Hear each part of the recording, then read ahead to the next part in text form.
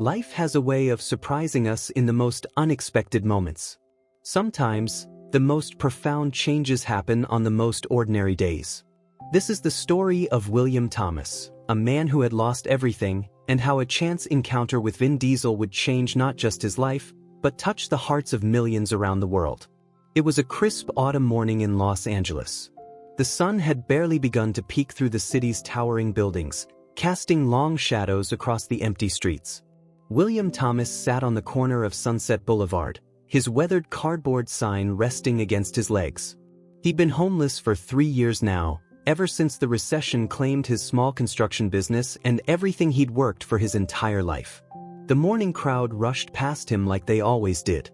Business people clutching their coffee cups, tourists with their maps and cameras, all avoiding eye contact. William had learned to become invisible. It was easier that way, both for him and for them. But he never lost his dignity, never lost that spark of hope that somehow, someday, things would get better. That's when he noticed the sleek black SUV pulling up to the curb. The windows were tinted, but there was something different about this vehicle, something that made William sit up a little straighter. The back door opened, and out stepped a figure that seemed larger than life itself. Vin Diesel. The action star was dressed casually in a black t-shirt and jeans, but there was no mistaking that distinctive presence. He was heading toward one of the nearby cafes, his security detail keeping a respectful distance. William felt his heart race. He'd seen countless celebrities during his time on these streets, but something about this moment felt different. Maybe it was desperation, or maybe it was destiny, but William found himself speaking before he could stop himself. "Excuse me, sir," he called out, his voice hoarse from disuse. "Could you spare $1?" The words hung in the air for what felt like an eternity. The security team tensed, but Vin Diesel stopped. He turned, and instead of walking away or sending over an assistant like so many others had done, he looked directly at William. Their eyes met, and in that moment, something extraordinary happened. Diesel took a step closer, then another. His security team exchanged glances but remained where they were. The actor's expression was unreadable as he studied William, not with pity or disgust, but with something else, recognition, perhaps. Recognition of the human being behind the circumstances. $1? Diesel's deep voice carried across the space between them. "Tell me something first. What's your story?" William swallowed hard.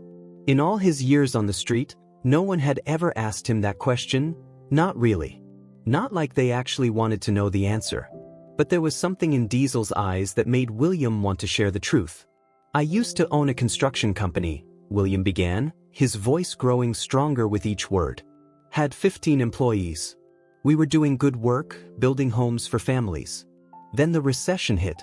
I tried to keep everyone on as long as I could, used up all my savings. By the time I finally had to close down, I had nothing left. My wife left, taking our daughter with her. I couldn't make the mortgage payments. Then one day I found myself here."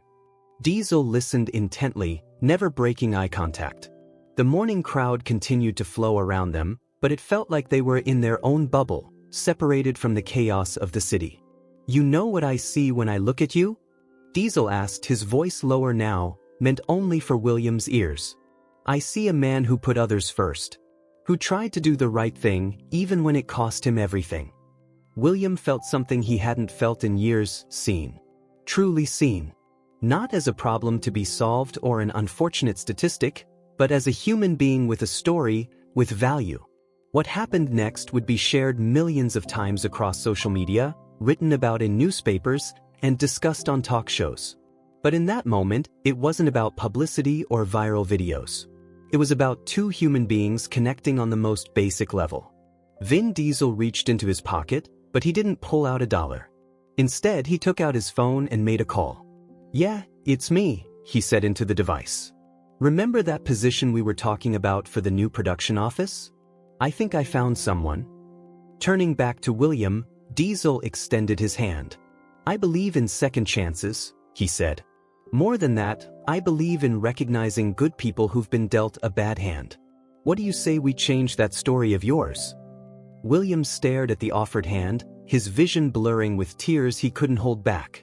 In that moment, he wasn't just being offered a job, He was being offered his dignity back.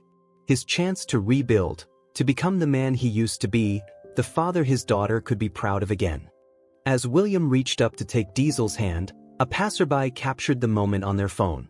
The video would go viral within hours, but neither man was aware of the camera. They were focused only on this moment, this connection, this chance to demonstrate that sometimes all it takes is one person willing to see beyond circumstances to change a life forever.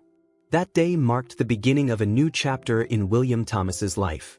But more than that, it became a symbol of hope for millions who watched the video, a reminder that behind every person asking for help, there's a story worth hearing, a life worth saving. And it all started with a simple request for a dollar that turned into something far more valuable. A second chance at life, offered by someone who chose to see the human being behind the hardship. What happened next would inspire millions. But that's another chapter in this extraordinary story of kindness, redemption, and the power of human connection. A story that reminds us that sometimes the most powerful acts of kindness don't come from giving what's asked for, but from giving what's truly needed: dignity, opportunity, and hope. Stay tuned for the next chapter, where we'll discover how this chance encounter set in motion a chain of events that would impact not just William's life, but countless others across the city. Because sometimes, the biggest changes start with the smallest moments, like asking for a single dollar on an ordinary autumn morning in Los Angeles. The story of what happened after that fateful morning spread quickly through Los Angeles, but few knew the full truth of what transpired in the hours and days that followed. While social media buzzed with the viral video of Vin Diesel helping a homeless man, a deeper transformation was taking place behind the scenes, one that would touch more lives than anyone could have imagined. As William Thomas walked into the production office of Diesel's latest film project, he couldn't help but notice his reflection in the gleaming glass doors. Margaret Moore, the office manager, had arranged for him to get a fresh haircut and new clothes. He barely recognized himself in the crisp blue shirt and black slacks, his gray hair neatly trimmed for the first time in years. But it wasn't just his appearance that had changed, there was something in his eyes now, a spark that had been missing for far too long. The production office was buzzing with activity. Susan Jackson, the head of human resources, had worked through the night to expedite William's paperwork. She'd seen something special in him during their initial interview, a quiet determination that reminded her of her own father's struggle years ago. "Mr. Thomas," she said, warmly greeting him at the door, "we're so glad to have you here." But not everyone was immediately convinced. John Martinez, one of the senior producers, had expressed concerns about hiring someone directly off the streets. "It's a huge risk," he'd argued in the staff meeting the previous day. "We're running a professional operation here, not a charity." Vin Diesel had listened patiently to these concerns before sharing something he'd never told anyone on the production team. "When I was starting out," Diesel revealed, "I was one missed rent payment away from being homeless myself. My daughter Elizabeth Garcia's mother and I struggled to make ends meet. I never forgot what it felt like to be that close to losing everything. Sometimes, all it takes is one person willing to take a chance on you." The production team fell silent, seeing their star in a new light. Elizabeth Garcia, now a successful producer herself, had been moved to tears by her father's story and William's situation. She immediately volunteered to help train William in his new role as facilities coordinator. As William settled into his new position, his natural organizational skills from running his construction company began to shine through. Mary Robinson, the logistics manager, quickly discovered that William had a knack for solving complex scheduling problems. "It's just like managing a construction site," William explained, "except instead of coordinating bulldozers and cement trucks, I'm coordinating catering deliveries and equipment rentals." The transformation wasn't just professional, it was deeply personal. With his first paycheck, William opened a new bank account with the help of Michael Miller, a sympathetic bank manager who'd seen the viral video and offered to assist. For the first time in years, William had a safe place to keep his earnings and begin rebuilding his financial future. Patricia Perez, a social worker who specialized in helping people transition out of homelessness, worked closely with William to secure temporary housing. She'd seen countless cases of people trying to rebuild their lives, but something about William's story touched her deeply. It's not just about having a roof over your head, she explained, it's about restoring dignity and hope. The ripple effects of Vin Diesel's act of kindness continued to spread. Mary Ramirez, who ran a local homeless shelter, began receiving calls from business owners inspired by the story.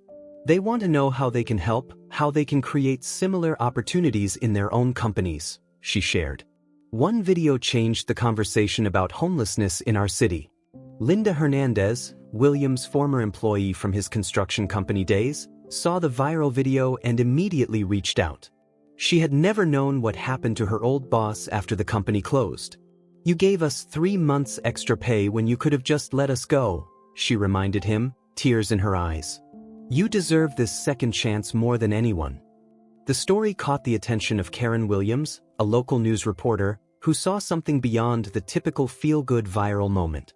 She spent weeks following up on Williams' progress, documenting how one act of kindness could spark a movement. Her in-depth report revealed how Williams' story had inspired other businesses to create similar second-chance employment programs. Thomas Williams, a city council member, was so moved by the impact that he proposed a new initiative to partner with local businesses for job training programs for the homeless.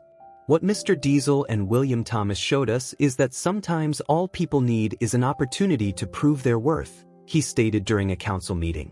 But the most profound change was happening in Williams' personal life. Sarah Davis, his ex-wife, saw the video and reached out through social media.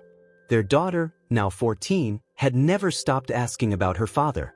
The pain of their separation had left deep wounds, but seeing William's transformation opened the door to healing.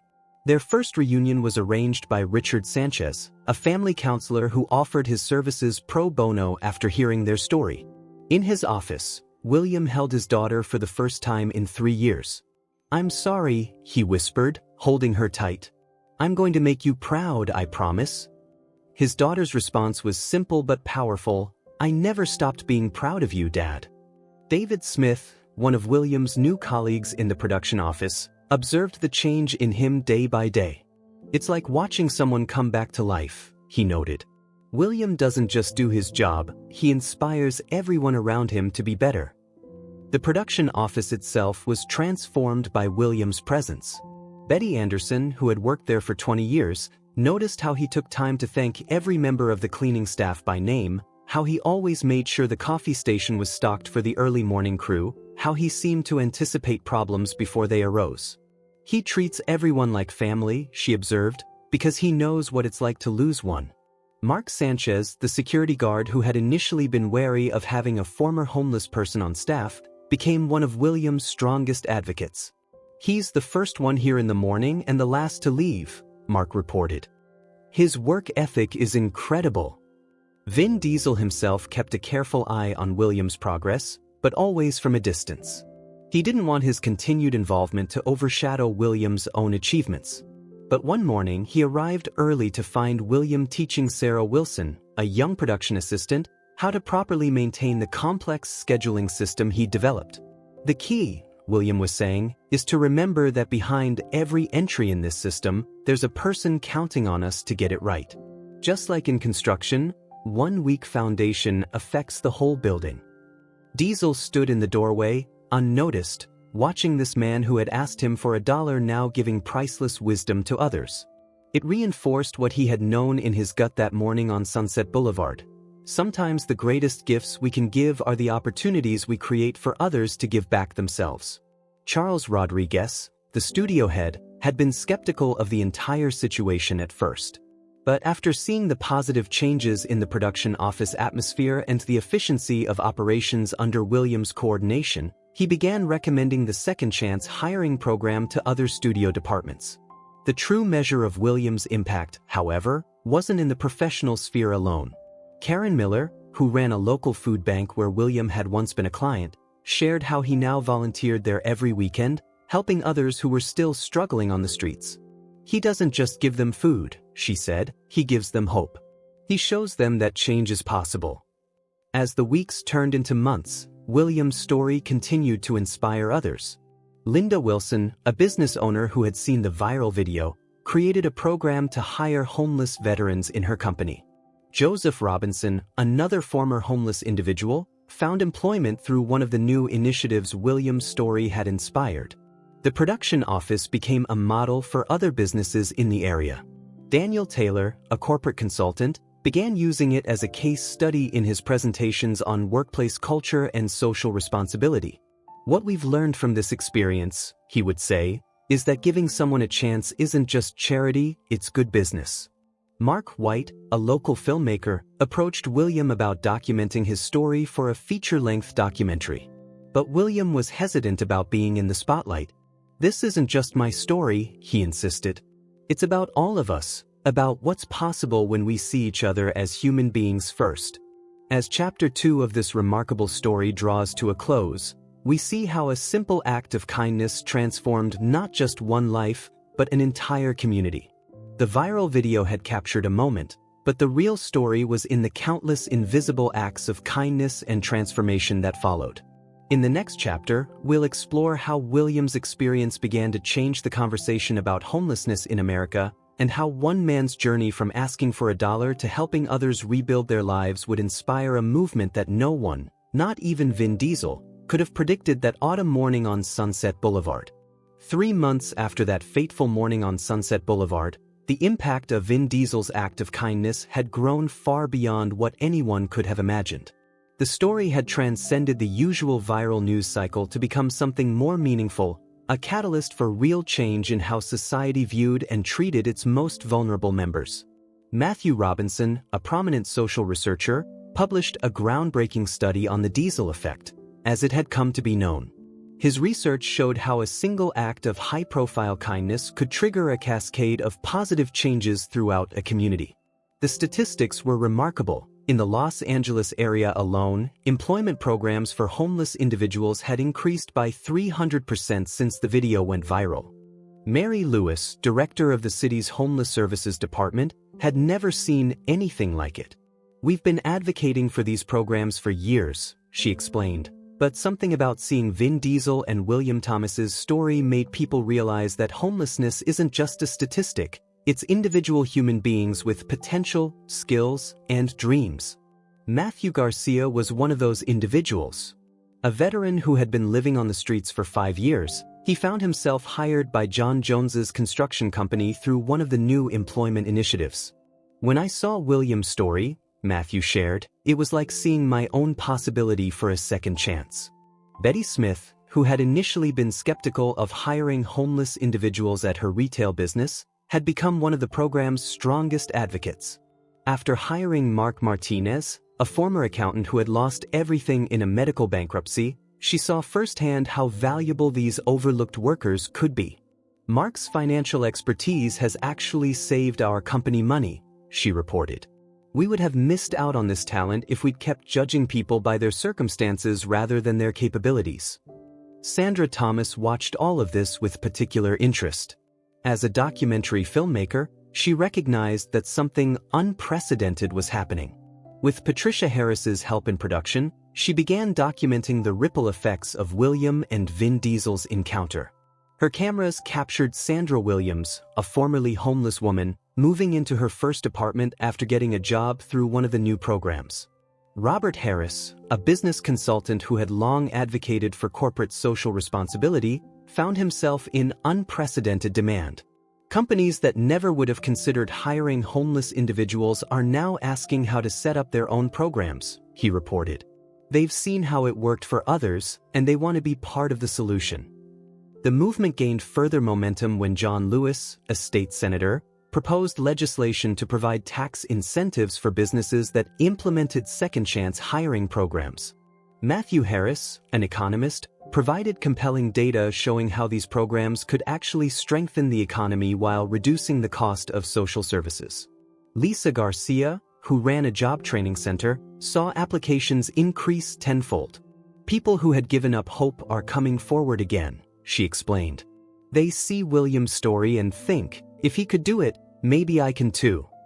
John Robinson, one of her clients, secured a position at a major corporation, something that would have seemed impossible just months before. Nancy Thomas's homeless shelter saw a significant change too. "Before, we focused mainly on providing immediate needs, food, shelter, clothing," she said. Now, we're able to offer real pathways to employment and permanent housing. Margaret Garcia, a career counselor at the shelter, worked tirelessly to match clients' skills with job opportunities. Mark Smith, who had been living in his car for 8 months, found work through one of the new programs. Patricia Harris, his supervisor, was impressed by his dedication. Mark doesn't just show up to work, she said, he shows up with ideas, with enthusiasm, with a desire to contribute.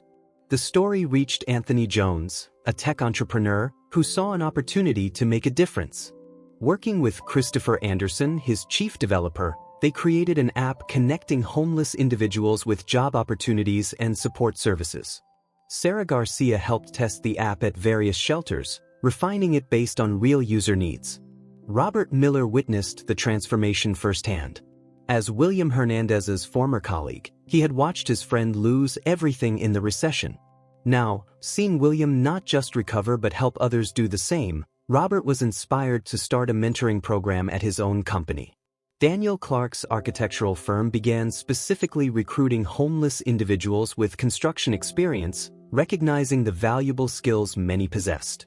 Nancy Robinson, who had been skeptical at first, became one of the program's strongest supporters after seeing the quality of work produced by their new hires. Mary Lopez's story particularly resonated with the public.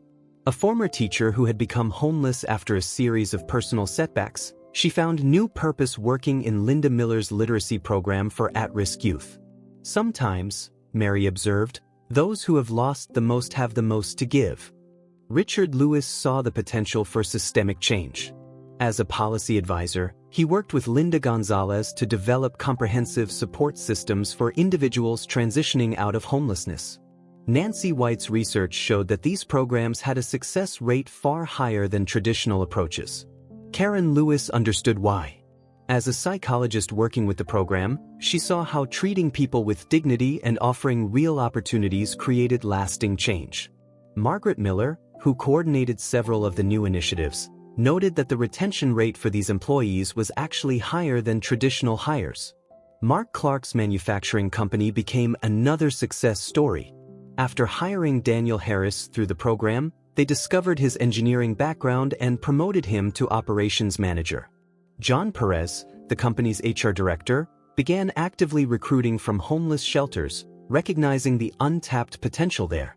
Jessica Gonzalez worked with Patricia Thomas to document the program's success stories. Betty Hernandez, who had been living in a shelter with her children, now managed a department store. Daniel Lewis, hired as a janitor, worked his way up to facilities manager, drawing on his previous experience as a building superintendent. Betty Jackson's marketing firm took on Charles Davis as an intern, discovering his natural talent for graphic design. William Williams, the firm's creative director, was impressed by Charles's fresh perspective and dedication. Charles Thompson, once skeptical, became one of the program's biggest advocates after seeing the quality of Charles's work. Thomas Sanchez worked with Betty Robinson to expand the program to other cities. John Smith, a business leader in Chicago, implemented a similar initiative after seeing the success in Los Angeles. Margaret Davis coordinated with Mary Ramirez to create a nationwide network of support services. Susan White watched her brother Robert Taylor transform through the program. Lisa White, a counselor at the center, helped Daniel Hernandez reconnect with his family after securing stable employment.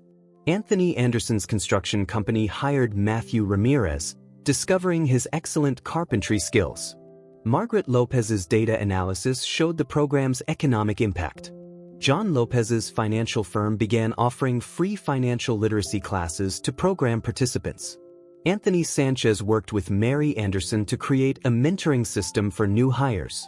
Mary Sanchez remembered how Barbara Garcia had been skeptical of hiring Betty Hernandez. Now, Lisa Perez reported that Betty was one of their most valuable employees. Sandra Williams watched Mark Smith transform from a program participant to a program leader. Thomas Moore coordinated with Susan Miller to expand job training opportunities. Matthew Moore worked alongside Joseph Hernandez to develop new outreach programs. Charles Lopez partnered with Sandra Sanchez to provide transportation assistance for program participants. Karen Davis saw the program's impact on families. Sandra Johnson worked with Linda Hernandez to provide childcare support for working parents. Thomas Garcia coordinated with Karen Lopez to ensure participants had access to healthcare services. Linda Robinson witnessed Mark Jones transform through the program. Robert Harris helped Barbara Sanchez develop her business skills. Elizabeth Moore worked with Sarah Jackson to create support groups for program participants. The movement continued to grow, with Sarah Davis and Patricia Jones coordinating expansion efforts. James Martinez worked with Susan Moore to develop new training programs. Richard Jones collaborated with Thomas Clark to create construction apprenticeships. As Chapter 3 draws to a close, we see how one moment of connection between Vin Diesel and William Thomas sparked a revolution of compassion and opportunity. The viral video had captured the world's attention, but the real story was in the thousands of lives being transformed through the programs it inspired. In our final chapter, we'll explore how this movement began to reshape our understanding of homelessness and human potential, proving that sometimes the most powerful changes start with a simple question and an open heart. 1 year after the video that changed everything, Vin Diesel and William Thomas stood together on stage at the National Conference on Homelessness and Employment. The audience included Patricia Taylor, who had flown in from New York to learn about implementing similar programs in her city, and James Thompson, whose research on second-chance employment had helped shape new policies across the country. Susan Thompson watched from the front row, remembering how skeptical she'd been when Christopher Taylor first proposed expanding their company's hiring program. Now, as Mary Miller's statistics showed, their employee retention rate had never been higher. Thomas Perez, who had implemented similar programs in Miami, nodded in agreement as William shared their success stories. Thomas Garcia's voice cracked with emotion as he took the podium to share his journey from sleeping in his car to becoming a program coordinator at Michael Thompson's Outreach Center. Sandra Jones, who had documented dozens of similar transformations, captured the moment on camera for her upcoming documentary, A Dollar's Worth of Dignity. Thomas Harris had seen it all firsthand.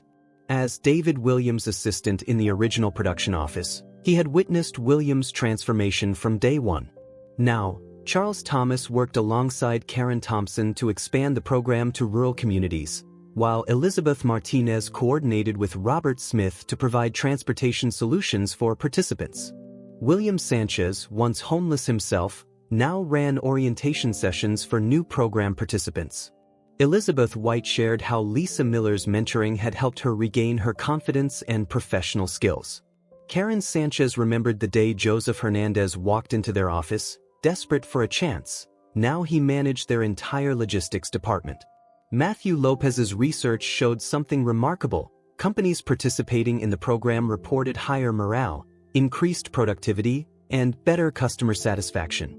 Thomas Lee, a skeptical business analyst, had to admit that Anthony Thomas's prediction about the program's success had been right all along. David Perez worked with Mary Robinson to expand mental health services for program participants. Betty Johnson found that Joseph Thomas's financial literacy workshops had helped countless individuals manage their new income responsibly.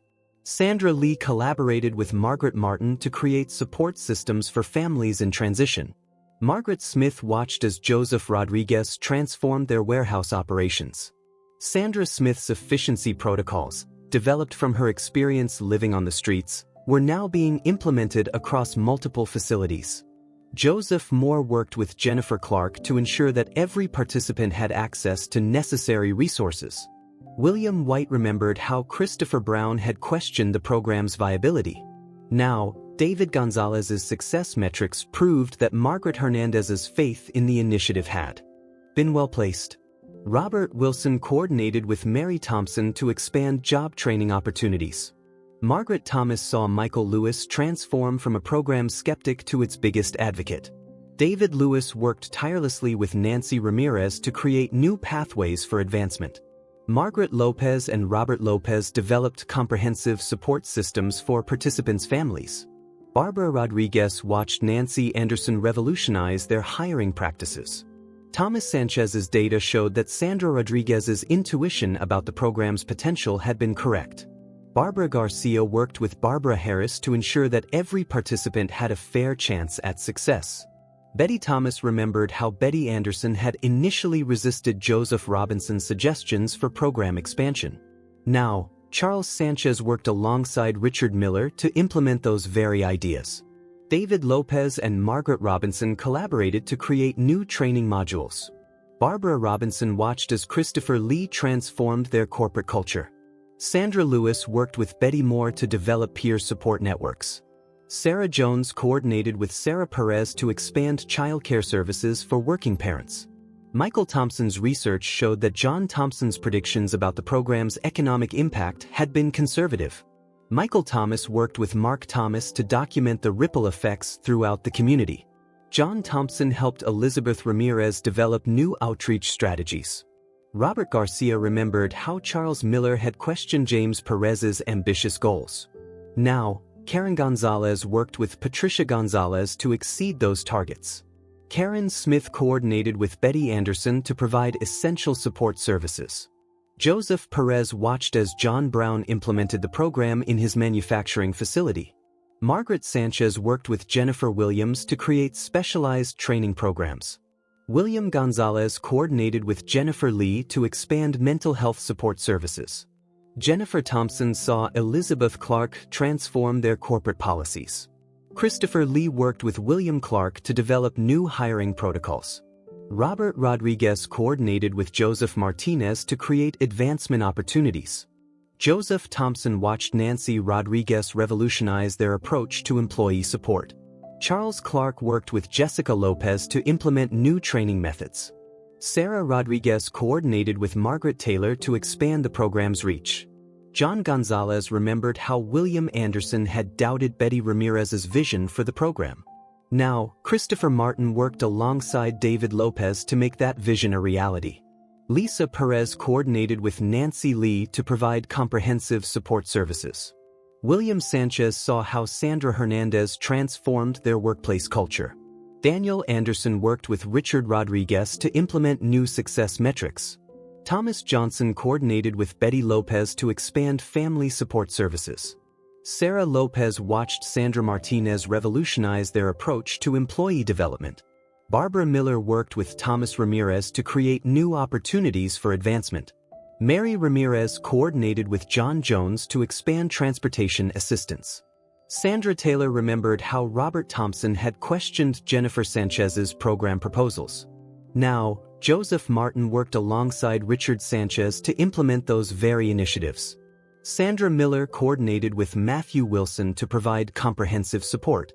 Richard Anderson saw Joseph White transform their corporate environment. Karen Lopez worked with Patricia Lewis to develop new training protocols. Daniel Wilson coordinated with Elizabeth Jackson to expand childcare services. Sandra Taylor watched Robert Martin revolutionize their approach to employee support. Michael Rodriguez worked with Sandra Garcia to implement new success measures. Mark Perez coordinated with Patricia Anderson to expand program services. Mark Martinez saw Matthew Williams transform their workplace culture.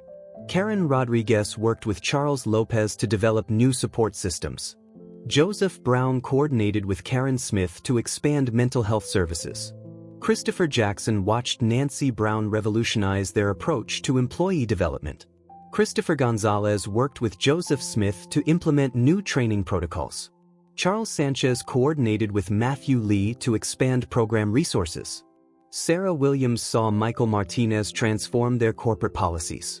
John Sanchez worked with Jennifer Gonzalez to develop new support systems. Richard Lewis coordinated with Patricia Clark to expand family services. Margaret Johnson watched Sarah Martinez revolutionize their approach to employee support. Nancy Ramirez worked with Sarah Garcia to implement new success metrics. Mark Sanchez coordinated with William Martin to expand program reach. Michael Davis remembered how Lisa Miller had questioned Susan Robinson's program proposals. Now, Barbara Jackson worked alongside Lisa Thomas to implement those very initiatives. Matthew Thomas coordinated with Barbara Williams to provide comprehensive support. Mark Wilson saw Thomas Jones transform their workplace culture. Michael Lopez worked with Christopher Martin to develop new training protocols. William Thomas coordinated with John Anderson to expand program services. Richard Smith watched Joseph Lopez revolutionize their approach to employee development. Karen Lee worked with David Lopez to implement new success measures. Robert Martinez coordinated with Margaret Lee to expand support services. Susan Brown saw Thomas Clark transform their corporate environment. Barbara Jackson worked with Lisa Wilson to develop new training protocols. Lisa Moore coordinated with Michael Johnson to provide comprehensive support. Richard Anderson watched William Moore revolutionize their approach to employee support. Sarah Taylor worked with Nancy Sanchez to implement new success metrics. Jessica Harris coordinated with Barbara Hernandez to expand program services. 1 year later, that corner on Sunset Boulevard where it all began looked the same, but everything had changed. The simple request for $1 had sparked a movement that transformed not just individual lives, but entire communities. Vin Diesel's response to William Thomas's request had shown that sometimes the greatest acts of kindness don't come from giving what's asked for, but from seeing the potential in another human being and having the courage to invest in that potential. As the sun set on another day in Los Angeles, William Thomas stood at that same corner, but this time he wasn't asking for help, he was giving it. A young man approached him, holding a cardboard sign similar to the one William had held a year ago. William smiled, extended his hand, and said the words that had changed his own life. "Let me tell you about an opportunity." The camera pans out, showing the bustling street corner where it all began. A year ago, it was just another spot where the forgotten gathered, hoping for spare change. Now it was a symbol of hope, a reminder that every person, regardless of their circumstances, deserves a chance to rewrite their story. And somewhere in the city, Vin Diesel watched the sun set, knowing that his simple act of kindness had created a wave of change that would continue to ripple outward, touching lives for generations to come. Because sometimes, all it takes is one person willing to see beyond circumstances, one moment of genuine human connection, to change not just a life, but the world. As this story comes to a close, we're reminded that the greatest acts of kindness aren't always about giving money or resources, they're about giving dignity, opportunity, and hope. And in doing so, we don't just change one life, we create a ripple effect that can transform entire communities. The next time you pass someone asking for help, remember William Thomas and Vin Diesel. Remember that behind every request for spare change is a human being with potential, with dreams, with the capacity to contribute to society in meaningful ways. Because sometimes the most powerful thing we can give isn't $1, it's a chance to prove that everyone deserves an opportunity to rewrite their story.